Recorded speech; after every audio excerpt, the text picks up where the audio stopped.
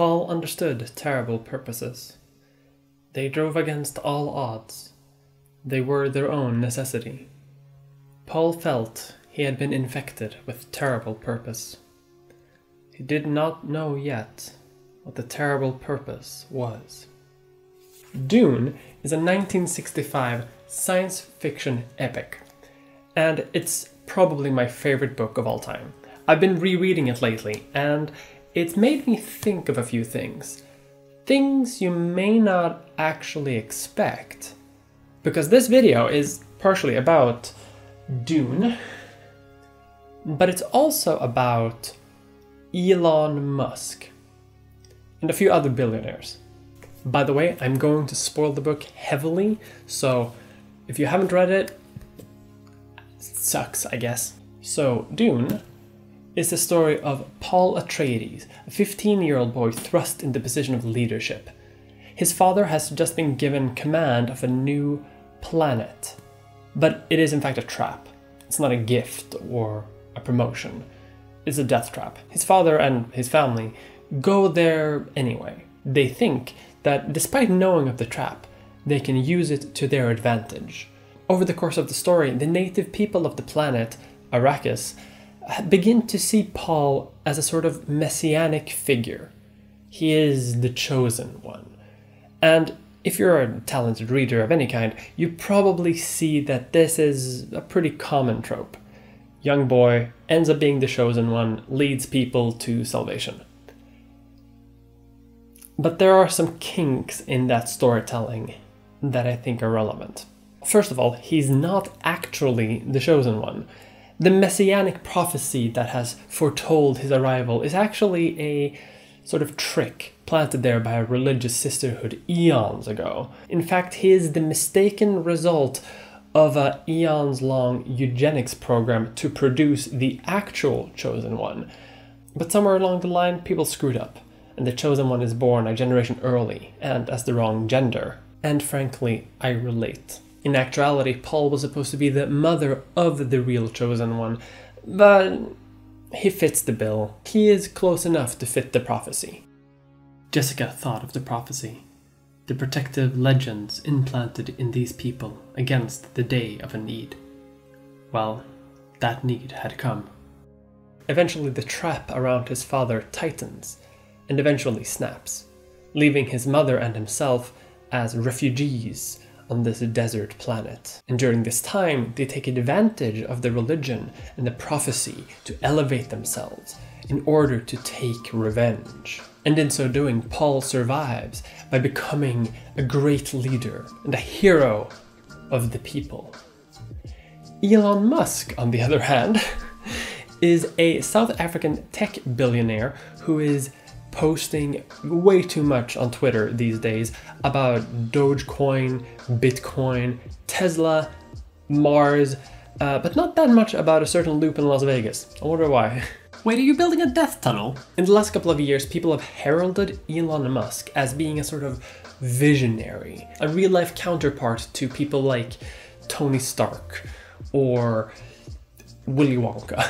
Now, a lot of people have made videos about Elon Musk already, and I'm not going to say too many things that are out of character.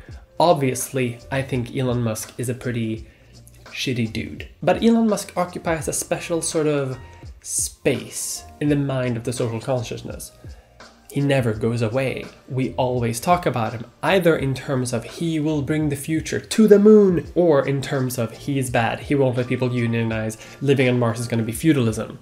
And I want to talk about the reason why he occupies this almost messianic spot. Why is he so much on a pedestal? The obvious reason that a lot of people will say initially is that, well, he's rich. For a brief moment recently, he ended up being the richest person in the world, which is quite an achievement. But he occupies a different space from, say, Jeff Bezos. Granted, Jeff Bezos is on the mind of a lot of internet lefties because we all hate Amazon, but there are few people who think that Jeff Bezos will bring about the new age of humanity. It's a bit of a different mind space. Now, I often talk about history on this channel because That's what I do. But it's been bothering me recently how people discuss the idea of someone who changes society. How do you change society? And how do we think about the people who do change society? Remember how people talked about Donald Trump a few years ago? About how he is destroying the Republican Party, how he is destroying American politics. Conversely, let's talk about Joe Biden. Joe Biden has been referred to in the media recently as a bit of a savior, which I think occupies a similar mind space. These are people who changed the world. But the first person I mentioned in this video wasn't any politician. It was Elon Musk. And I think that is because that living meme of a man is a good case study for who we want to change society. And what that says about us. It's no secret a lot of people are feeling disillusioned with how politics is working. And they're not wrong. In the US, it often feels like your vote doesn't matter. A 2014 Princeton study claimed that unless you're in the top 10% of income earners, it literally doesn't. Public opinion doesn't sway Congress members or senators when it comes to legislation. But if you're rich, it does. So it's no wonder people look to rich people to change the world for us, since they are the only ones who can. And one of the more vocal ones is Elon Musk, who has attracted quite the fan base online. They speak about Elon Musk being the person who will make humanity into a multiplanetary species, who will drag humanity kicking and screaming to Mars and change society and history forever. And that is complete bullshit.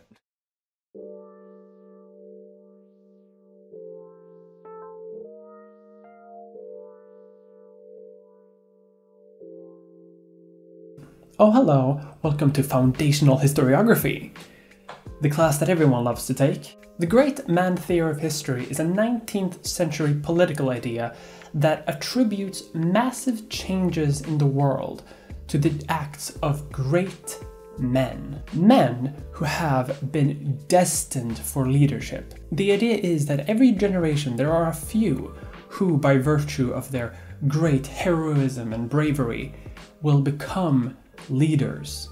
That society creates roles for these great men to fill.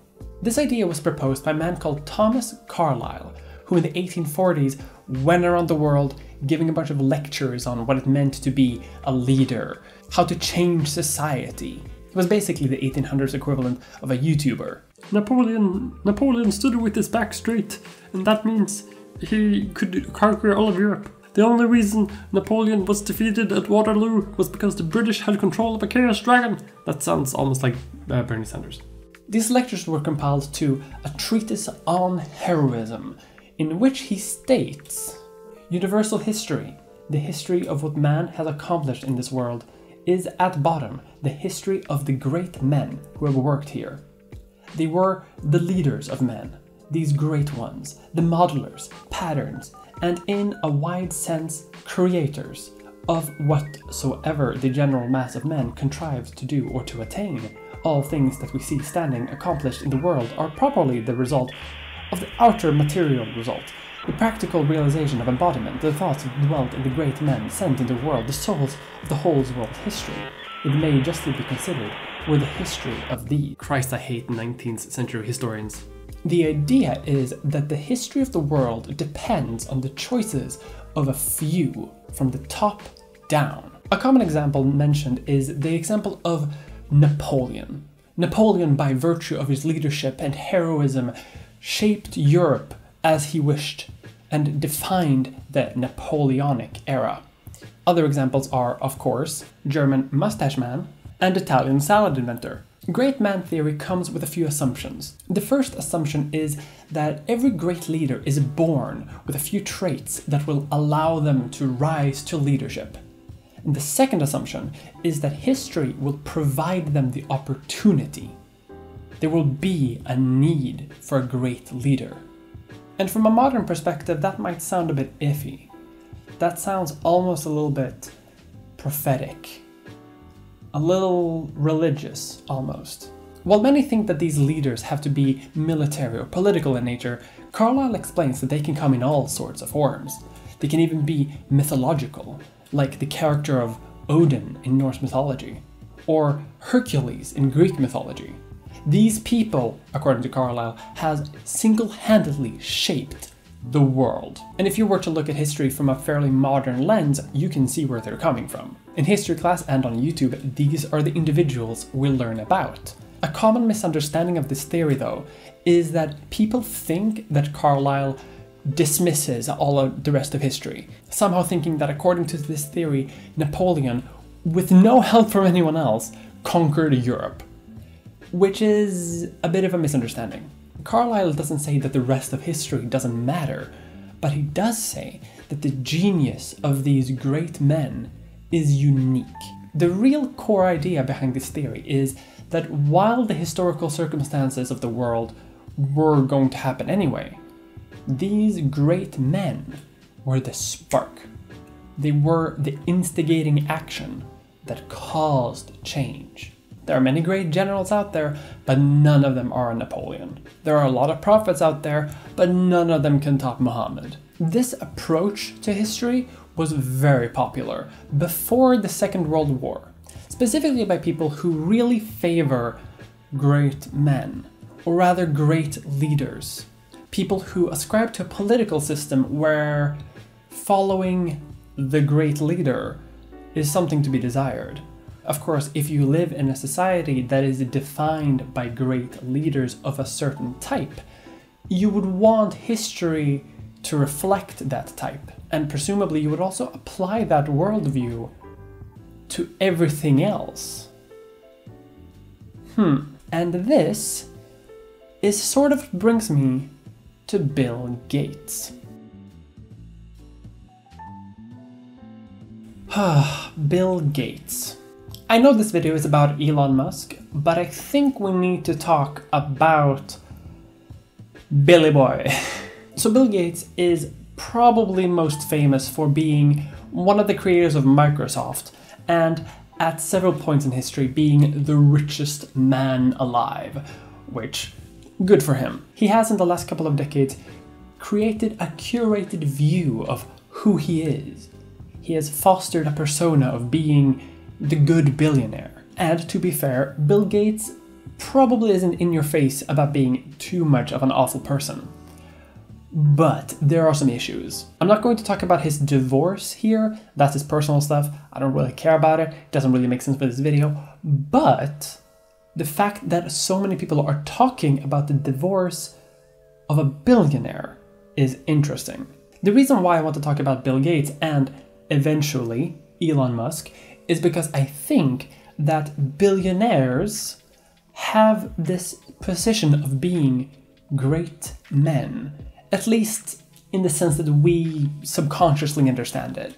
We live in a society that values money, so it would make sense for us to put people who have a lot of it on a pedestal. But there are many other billionaires with comparable wealth to Bill Gates and Elon Musk who don't have this position in our social consciousness. So it has to be more at play here than just being wealthy or successful. The argument as to why people like Bill Gates is that he has a very gracious persona. He is a good billionaire. He gives to charity. The Bill and Melinda Gates Foundation, oh, they do so much good in the world.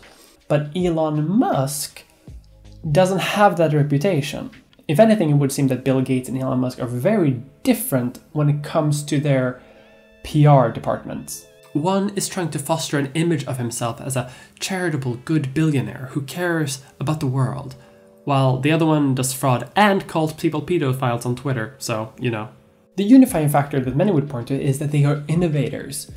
Bill Gates innovated computer technology. Elon Musk is innovating space travel and electronic vehicles.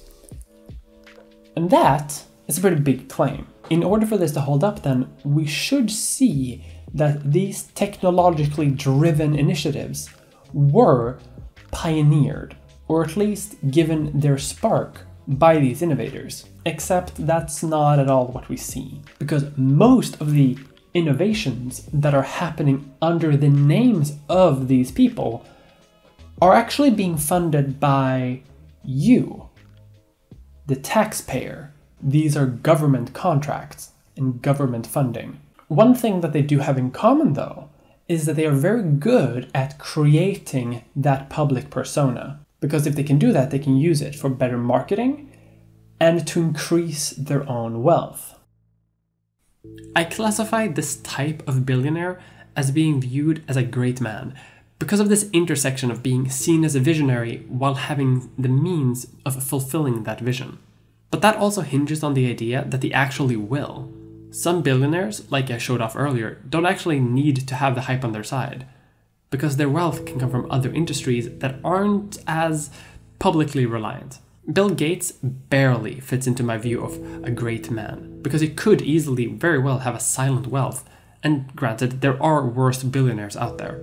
But his public persona has given more attention to the Gates Foundation, which is a charity, which is good, but it's also tax exempt, giving Bill a nice place to place his own wealth within his control, without having to tax it, while also using the foundation to promote causes that would indirectly benefit his own wealth by promoting things like online learning, personal computers, and similar things as an alternative to traditional education.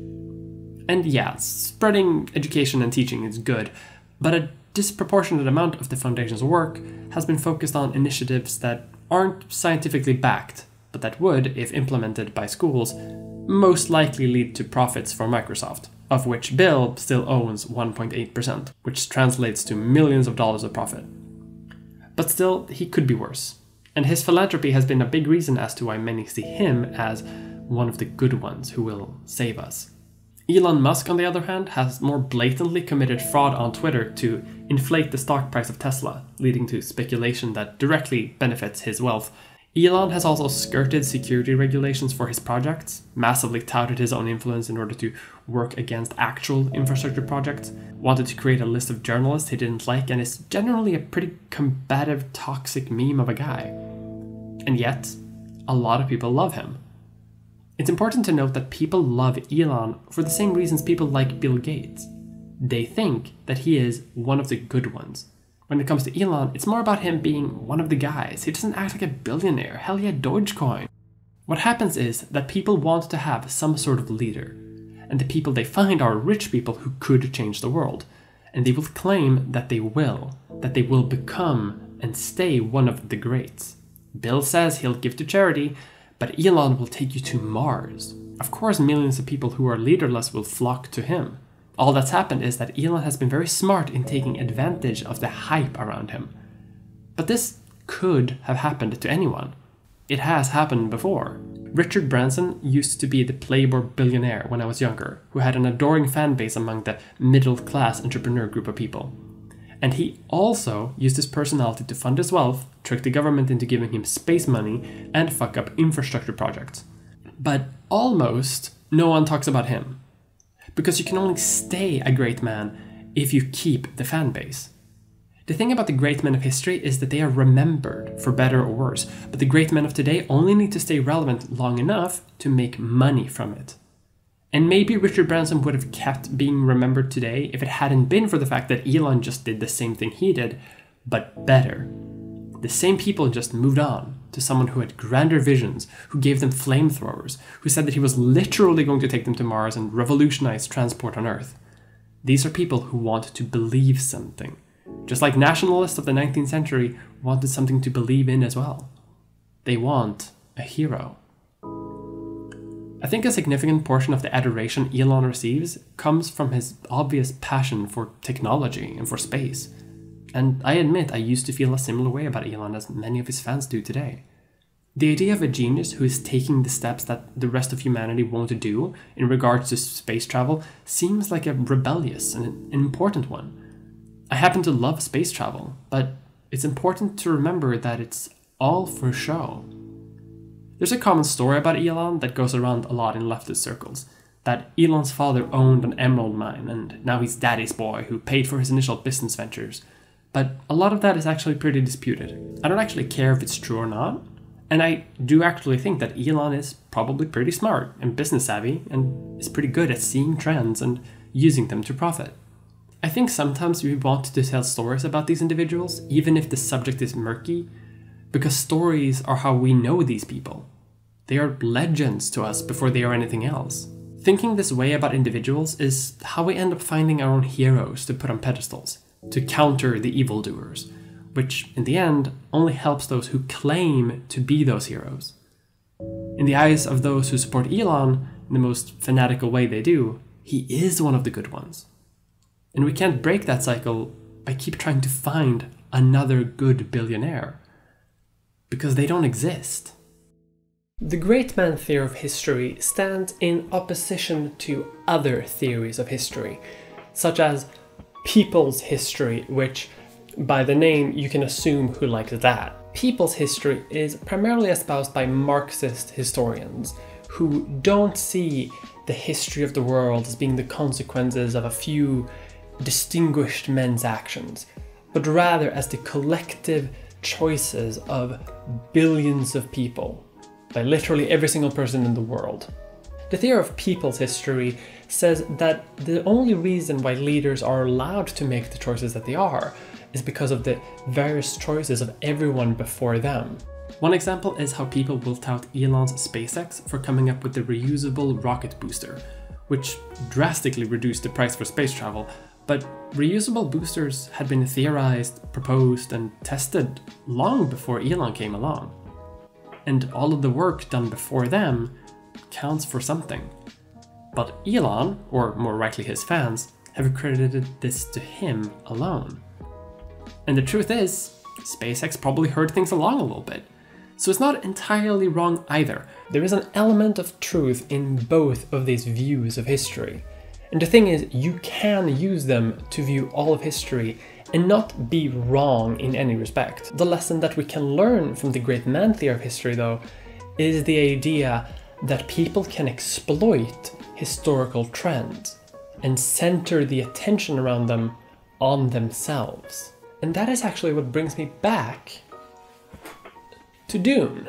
As Paul begins to take on the role of a messiah, he begins to see the future. Due to extensive training, eugenics, and the spice, which is a feature of the book, Paul is able to see into the future in a sense. He can calculate the historical trends and social movements of the world as they relate to what is going to happen. An example that I like to use is that we can all kind of see the future. I can see in the future that the sun is going to rise tomorrow and people will go to work. Most likely. I can see that future. I can calculate it in my mind. The prophecy is true. What Paul sees, though, is far more dramatic. Paul sees visions of vast crusades, of legions of warriors causing death and destruction throughout the galaxy in his name, because he has become the Messiah. No matter what he does at this point, he will cause a religious war, a jihad. He knows that even if he kills himself, it won't actually help, and the crusade will carry on with him in memory. The historical pattern has already begun. But it's said in the book that even before this jihad, the galaxy was primed for some type of war already. The galaxy was stagnating, and with that much stagnation, whenever there's gonna be a change, it's going to be dramatic.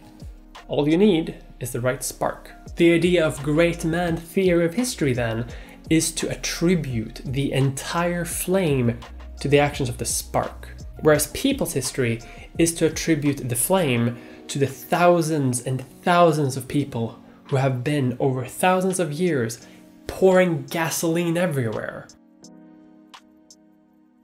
I love Dune.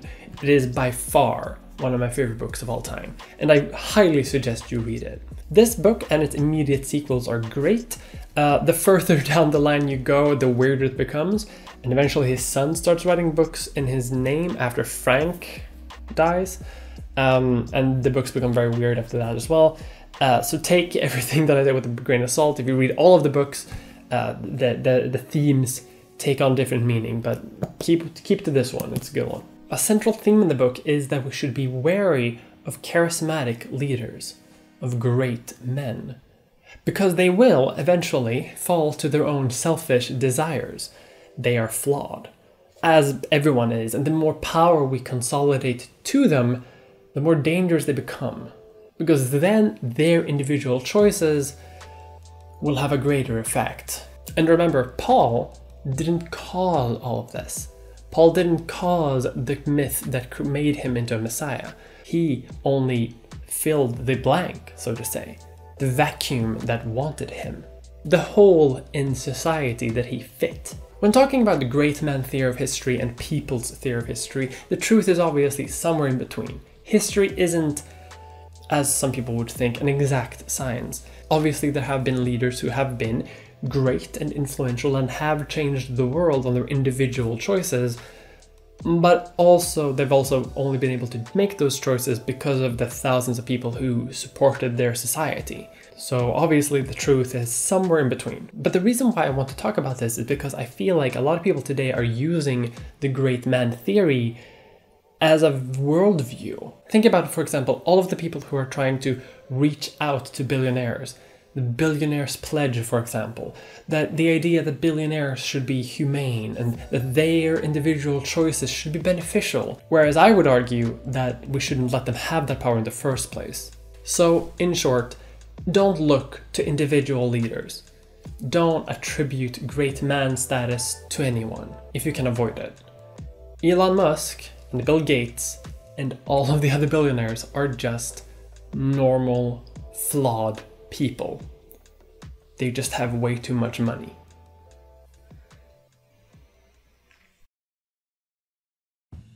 But you know who doesn't have way too much money? The vast majority of YouTubers, which is why this video is sponsored by Skillshare. Skillshare is an online learning community with thousands of inspiring classes for creators and all sorts of creative people. Explore new skills and deepen existing passions so you can get lost in your creativity. This month, I once again want to recommend YouTube Success by Marques Brownlee, who discusses all of the elements that goes into making a YouTube video, and also teaches you how to do it well. It's a great class, and I'm also currently taking it myself. Normally, with a yearly subscription, Skillshare is less than $10 a month. The first 1,000 people who click the link in my description will get a 30% discount to an annual Skillshare Premium membership. Even if you've used a trial account before, you can still take advantage of this offer. So, you can go ahead and explore your creativity. And this way you can have a full year of unlimited creativity and learning. I hoped you enjoyed this very short video. I wanted to make a shorter one since my most recent one was over an hour long, and the last few weeks have been a bit intense for me behind the scenes. Next month I'm coming back with another long video, so I figured a short and sweet one would be good for now. But before then, I do want to thank everyone for watching this. If you liked it, please leave a like, a comment perhaps, subscribe if you like this, if you like my type of content. Honestly, I just wanted to rant about Dune for a bit, how much I dislike Elon Musk, and weave in some historical theory in there. With that all said, I do want to thank all of my patrons for supporting the channel and for supporting me, allowing me to do this. And I want to give a special thanks to Aini Salminen, Alice Wells, Alicia Crawford, Amanda B, Amy Lee, An Illusion, What Are You Implying? Andy Sophia Fontaine, Ashley Kitchen, Aster Disaster, Athiet, Austin K, Autumn, Bill Kennedy, Kara Rudolph, Catherine Stenson, Christine Gutierrez, Cobrasphere, Dana Ferguson, Emil Rutkowski, Emilia Clark, Emily Lynn, Erin Emerald, Phelan, Fox Kent, Hannah Richards, Jane Lusby, Janelle Torgesson, Gareth Arnold, Jay Parker, Jim Stephanie Sterling, Jörgen Danielsen, Joshua Anelek, Jurassic X Bark 7, LPQ Silver, Lady Eleonora Providentia Lotsburg van Lockmont, Linus 2.0, Lyra Wardrell, Madison Jacob, Marcus Smith, Michaela, Morimer, Nia Pasaka, Nicholas Kapoor, Pat, Rose Brunton, Riley Knox, Salmon Moose, Sitzeries, Sofia Rozan, Sonic Bread, Thoros of Mir, Tiffany A, Treya Sage, William Fuhassel, Vivian Crow, Wolfgang the Grand High Exalted Wizard, YHL, and Soya can't. Thank you.